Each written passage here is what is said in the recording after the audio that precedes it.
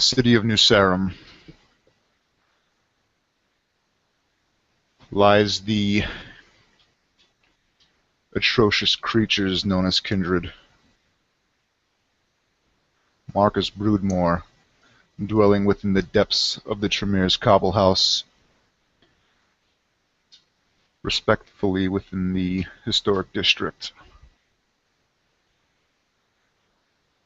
finds himself again in the meeting hall. He had gotten word of a Jean Stanshope, the True Primogen, wishing to have words with him. Marcus made all arrangements to accept this kindred into the dwellings of the Cobble House. Many of the acolytes or the initiates are running around preparing, making sure everything is in with respectable order. Marcus waiting diligently in his appropriate chair, waits patiently. The black Mercedes of John Stansope drives up to the Cobble House. His driver gets out and opens the door. John slowly and carefully steps out, being careful to place his leg in a sturdy position before leaning on his cane. His driver returns to the car as John limps slowly up towards the gate. Is there a doorbell, or does he knock? There should be a doorbell, I would think. John rings the bell respectively and straightens himself up before the door opens. Moments later, the door opens and you're greeted by two house servants, or butlers, or maids.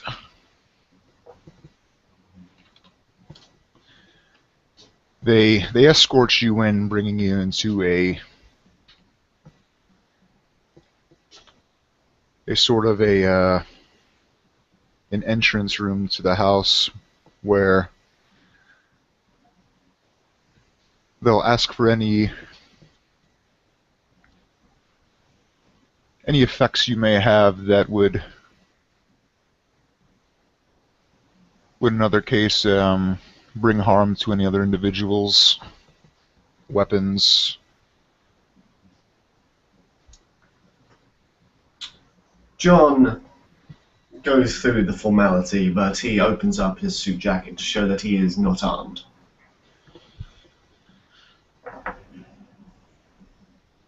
They both look at you as they nod their head, and they both gesture you to accompany them down the hallway as they lead you into a meeting area. The door opens, or as they open the door, you would see a long table with several chairs lined throughout, and Marcus's, if you were counting, would be the fifth chair from the head of the table on the left. You would see him kind of piercing his gaze towards a dimly lit fireplace. John will take this moment before being recognized by the sheriff to survey the room, have a look at its decor and its choice of atmosphere, as it were.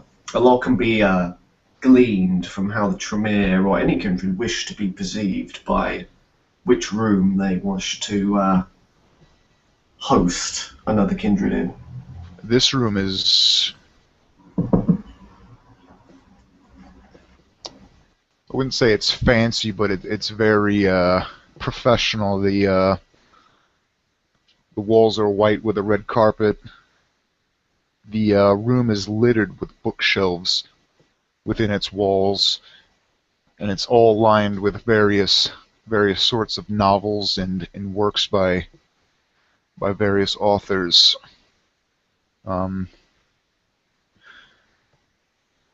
Masterwork trimming is seen throughout with on the ceiling, and you would notice several various different types of architect work within it, as well as bizarre inscribings throughout.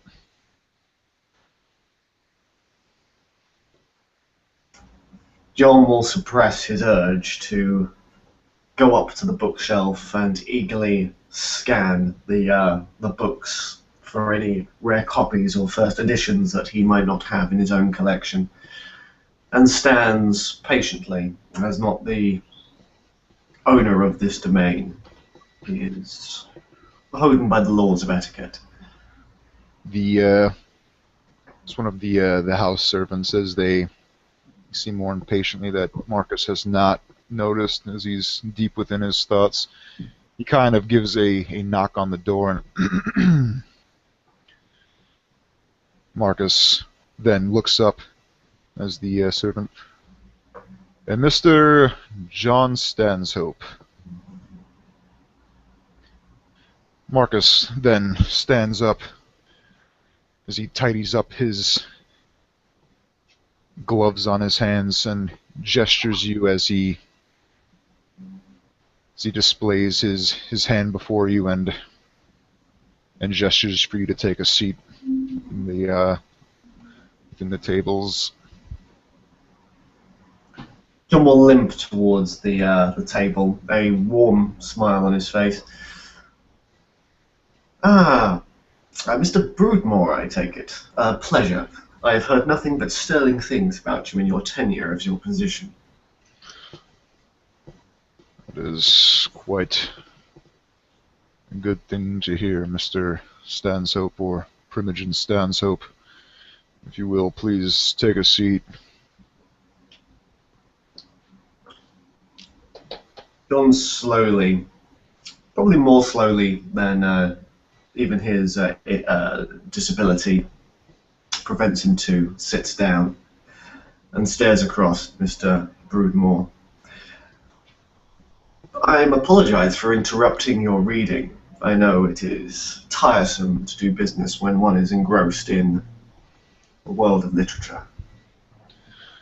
Oh, not at all, as you see him collapse the book and push it aside, clasps his fingers as he puts both elbows on the table to lean forward as you engage in conversation.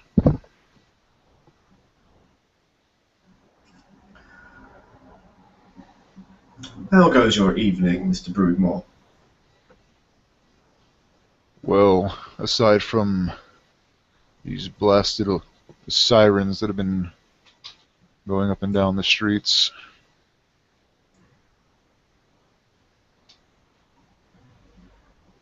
Yes, I suppose we're not that far away from the Chinatown incident. Have you looked into it? Marcus kind of rises an eyebrow as you say the Chinatown incident. Any kindred dealings within this area? Possibly, possibly not.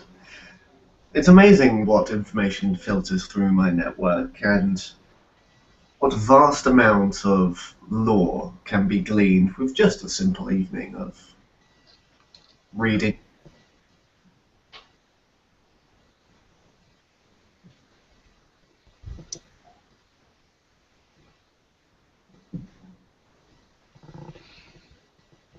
Mm-hmm. But I'm sure your own contacts have put you well aware of the situation.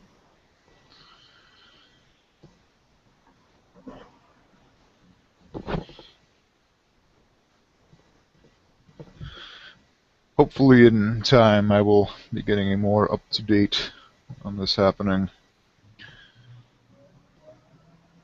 But as it is not a pressing matter that I see my attention to, please go on with why you are here. Perhaps.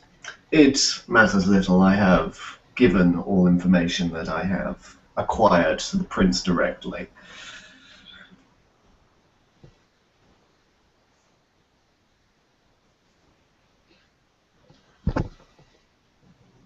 He Hmm. smiles. But as for the reason I am here, the prince, in his generosity, is holding his, I suppose it could be called a coronation Elysium, within one of my establishments.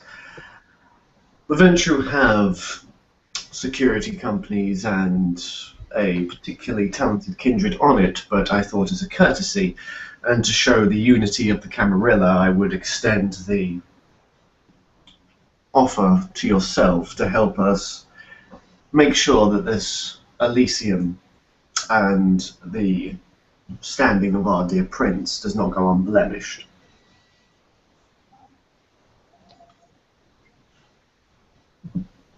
Marcus begins to then sit back into his chair.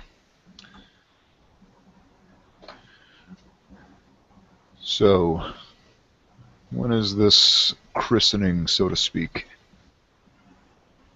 It is simply the first Elysium held by the new Primogen Eudocia, where kindred of the city will be expected to come and reintroduce themselves. Right, right. When will this be taking place? Friday.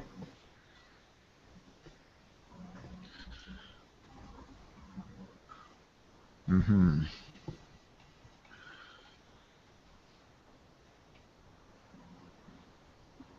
And you are merely wanting my presence there. I am here as a professional courtesy. You are governed with the protection and enforcement of the traditions upon the kindred of the city and the Camarilla. I thought you would want to be a part of the security of our new prince.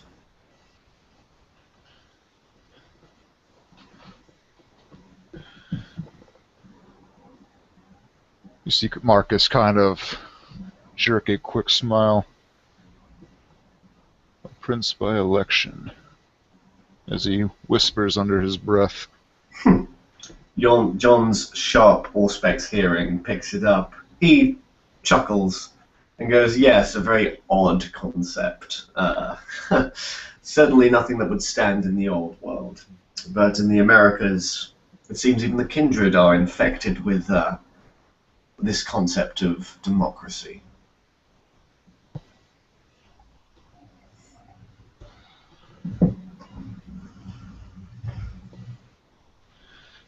The gesture, with me being there, yes, it is my obligation to enforce the traditions. Who is the current keeper?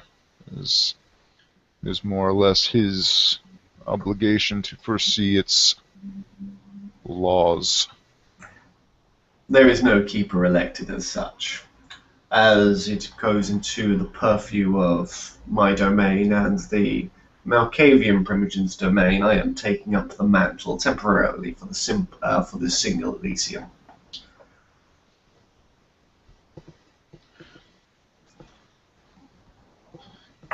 So I suppose my presence there would make it seem a little more enforced. After all, this creature Apollo is still on the loose. Yes, and I hear mutterings of anarch presence increasing within the city, as well as a rogue anarch wanted for crimes against the Camarilla, possibly having returned to the city.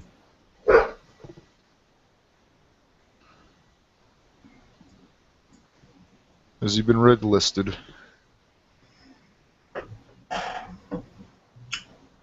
Not that I am aware of. He was part of the conspirators that blew up the oil rig during Wolf's reign. He was brought before the prince, but official records stopped at that point. He supposedly just disappeared.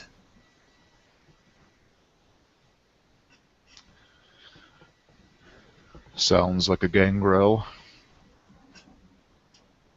You are very astute.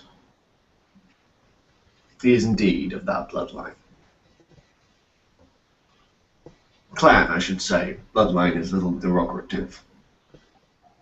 Does this gangrel have a name? Flint.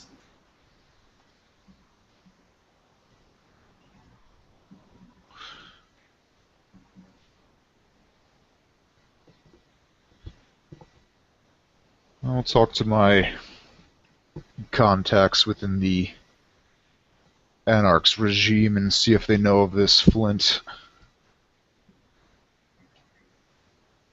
If he has arisen, I'm sure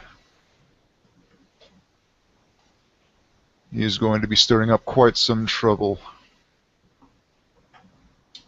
Just so, a famed Anarch bomber should not be welcome within our city. Speaking of these Anarchs, they're becoming more public with their ambitions and aspiration.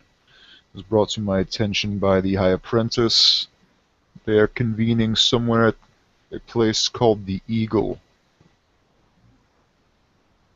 The Eagle is an old Anarch haunt. A detestable club that performs this modern music. I have been there on occasion when the Anarchs had to be treated with, when cooler heads were in charge, such as Mr. Rain. Now I fear they have turned into the pack of rabid dogs they were always supposed to be.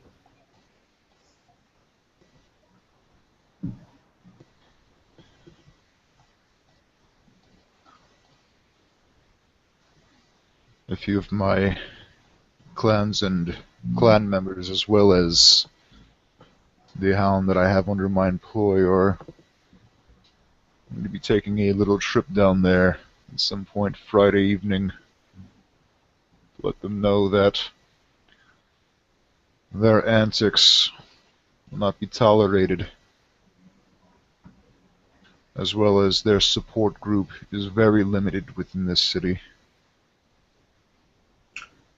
Just so. I would ask that the Harpies be made aware of all known Anarchs that you come across within that meeting, so therefore the members of the Camarilla may know of their numbers and who they are. Who are the known harpies? Jace Archon is the Ventru Harpy, Darkstone is the Gangrel Harpy, Codex, Mr. William Salisbury, apologies, I shouldn't use his nickname, is the Toreador Harpy. The Toreador with their slight masquerade breach. Yes, I sent the erstwhile Mr. Salisbury and Cole to you. I thought it would be best for the little neonates to make sure they had their bases covered. Better them coming to you than you discovering it on your own. Very admirable. The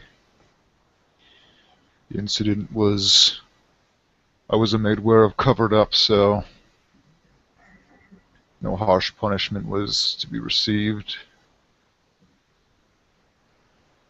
I'm sure Very the relaxed you are in your duties, Mr. Broadmoor. I'm I sure the new prince would, and his new age ramblings would not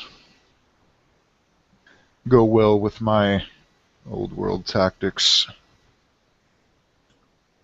John picks up on the use of language. Not approving of the Prince Eudocia, are we, Sheriff Broadmoor? His sympathetic views are what will turn this city into what would be an anarch city. I hear he surrounds himself with fledglings and neonates.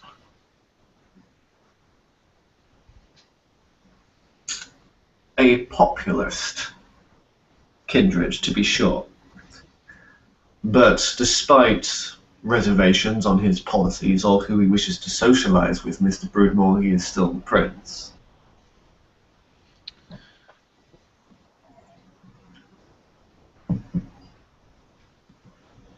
It is a shame there was no other to step forward. Well, no other that was actually worth considering.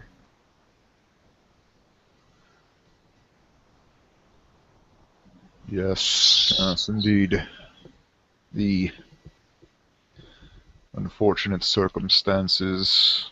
I suppose I will just have to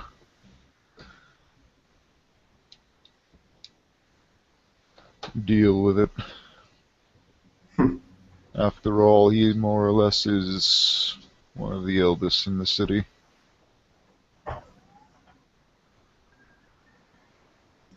I think we will get a measure of Prince Eudocia in this Elysium. I would maintain an open mind. He might surprise us yet, but depending on his actions, he might damn himself. I suspect the Ventru, Tremere, and Toreador will be watching very closely at this Brewhart Prince.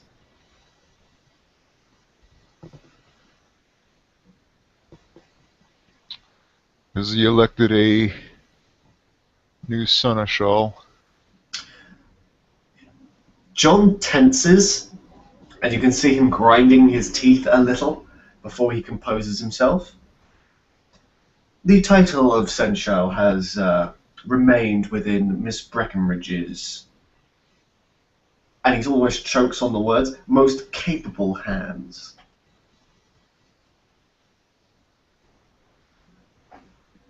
Marcus pauses for a moment.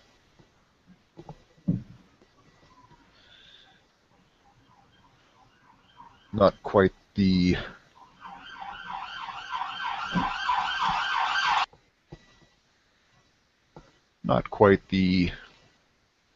person I would have had in mind.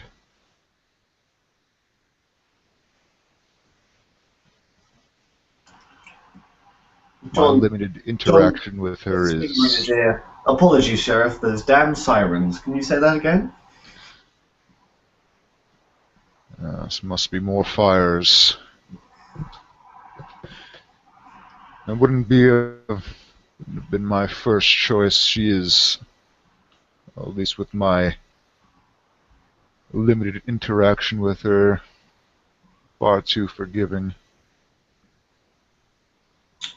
Indeed. You would think that he would pick a harsher taskmaster to supplement his own caring demeanor.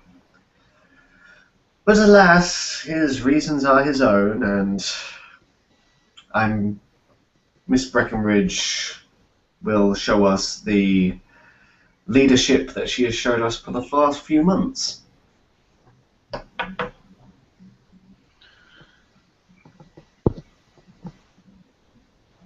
This Lysander needs a stronger hand of guidance.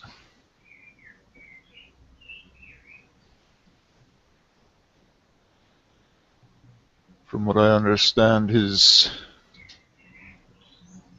political goals could interject with that of the Camarilla as a whole.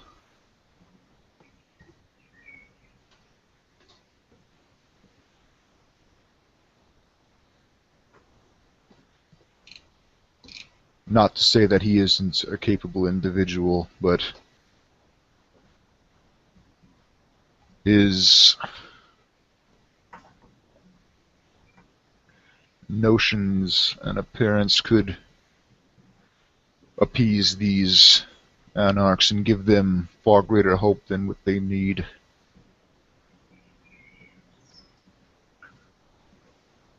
It is no coincidence Anarchs are coming out of the woodwork now that Lysander is prince. However, it is not just the Anarchs we have to contend with. We have Ravenos with recognized domain in the city due to some foolish decisions, I think, by our Yes, I've learned of this, and it was, to say the least, an atrocity.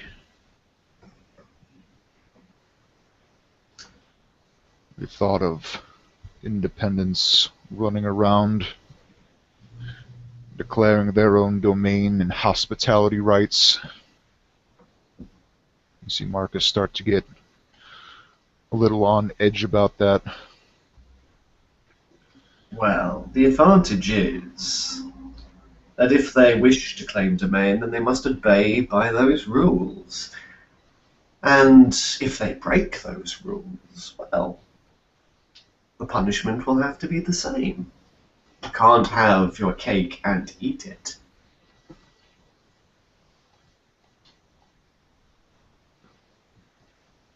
Marcus smiles at this analogy that he's never heard of.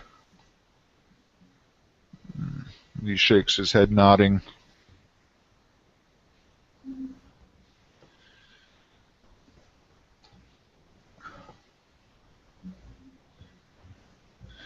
Does this Elysium, is it is it leading to a big turnout?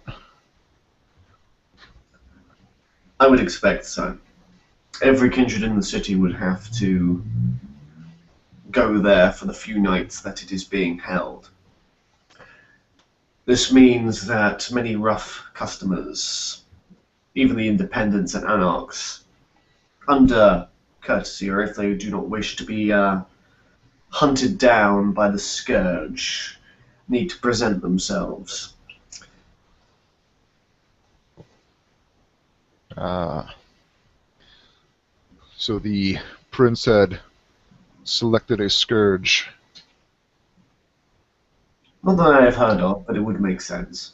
With Sabbat and anarchs running around, who knows what Yes, yes. litter of puppies they are embracing, especially after this Alex's supposed war crimes.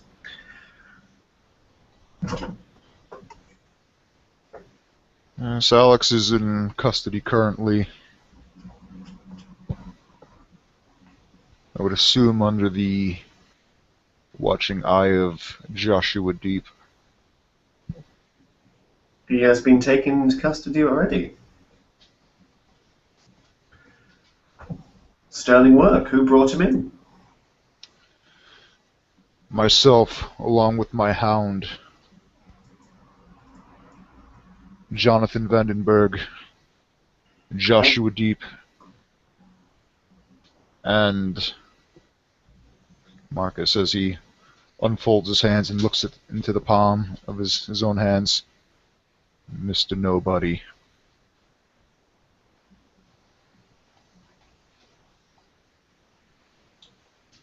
John studies Mr. Broodmore. You'd seem he's more ashamed that Mr. Nobody was there than anything.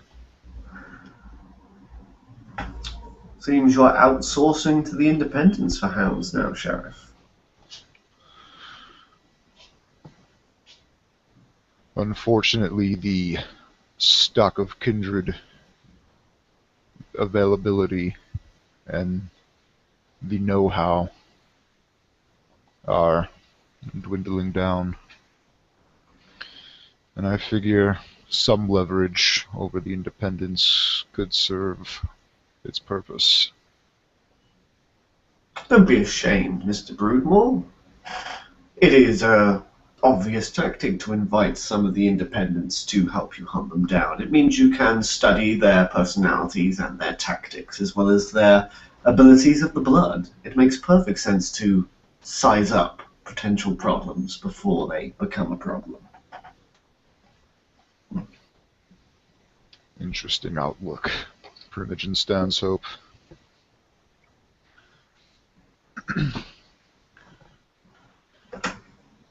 Before my damnation to a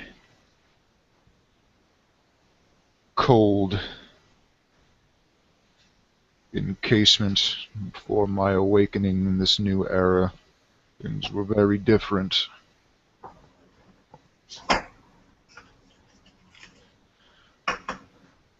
Independents weren't allowed to just have free reign. They were always presenting themselves to a higher power for permission, as well as lesser clans.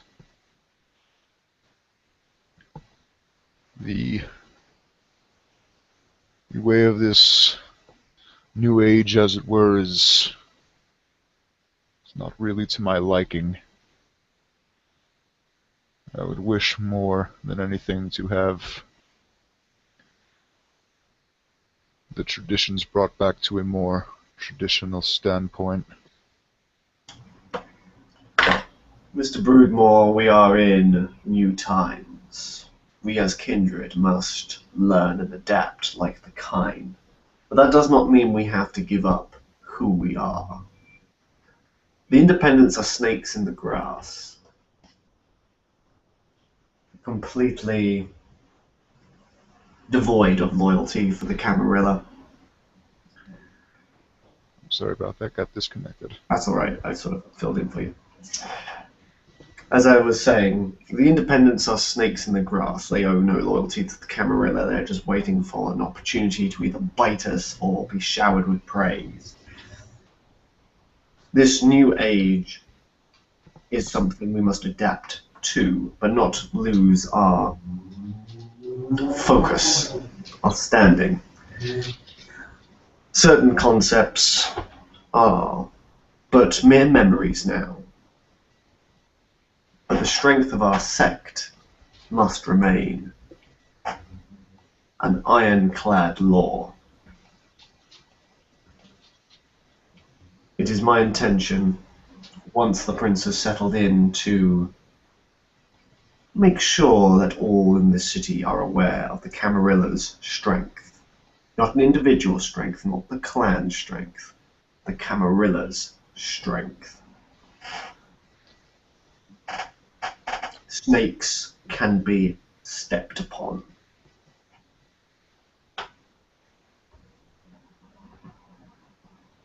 Marcus trying to grasp the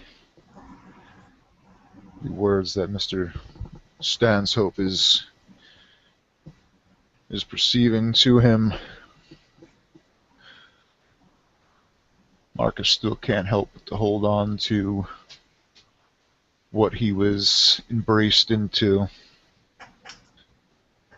The thoughts trickle through his mind as he loses himself deep within thought, but does agree that the Camarilla needs to exert its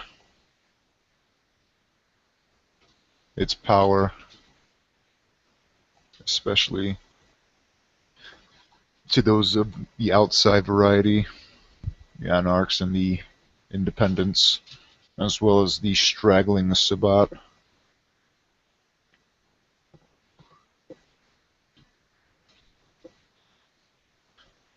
I think we can agree on one thing, Mr. Stanhope, and that is the Camarilla's strength. I hope it's not the only thing, Mr. Broodmore. But it is the most important thing. I am pleased that you see the importance of the Elysium, and I hope to see you or your hounds there to provide additional security in the face of perhaps adversity. One final thing, I hear tell of many rogue Sabbat flushed out of the sister city amongst our streets. Do you have any written or pictorial description of these, so I may use my own contacts to keep an eye out?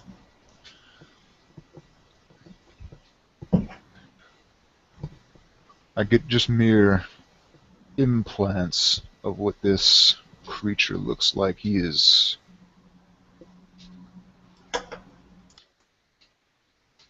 It's got a very feminine look to him.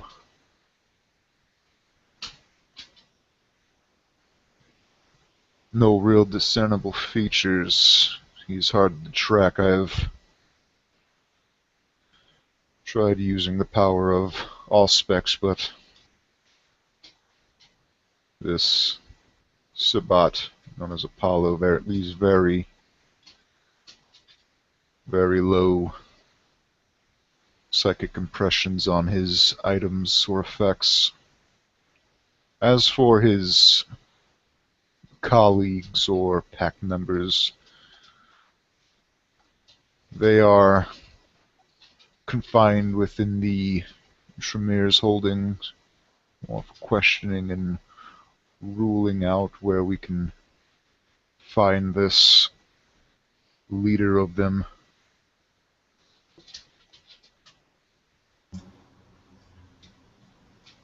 I have heard tell that a suspected kindred involvement within the fire in Chinatown may earth you some clues. An eyewitness account claims that the area went darker as two figures escaped from the burning wreckage. You see Marcus as he reaches into his inner breast pocket and pulls out his journal. As he jots down a couple of notes and looks up. And what was that specific location again? It was he gives the address with his eidetic memory. Marcus writes it down. It is an old dojo. A haven, well, there used to be a haven for this flute character. Possible anarch-aggression. Is this building in shambles, or is it... It is wrecked, but I wouldn't say it is completely inert.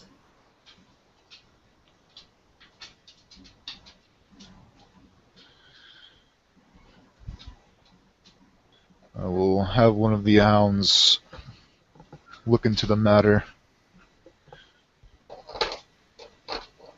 Better a neonate than myself, I say. Well, it is refreshing to see a sheriff who understands the importance of the position and doesn't go charging headlong into the lion's den.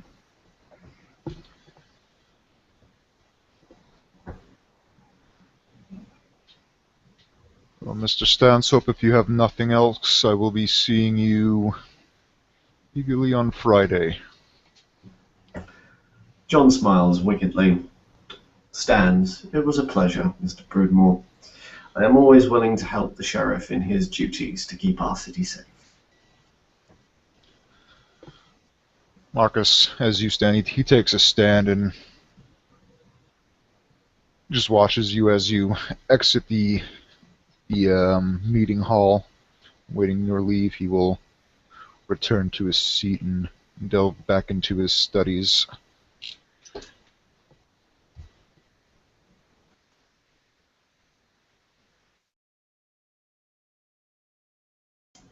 And the scene ends.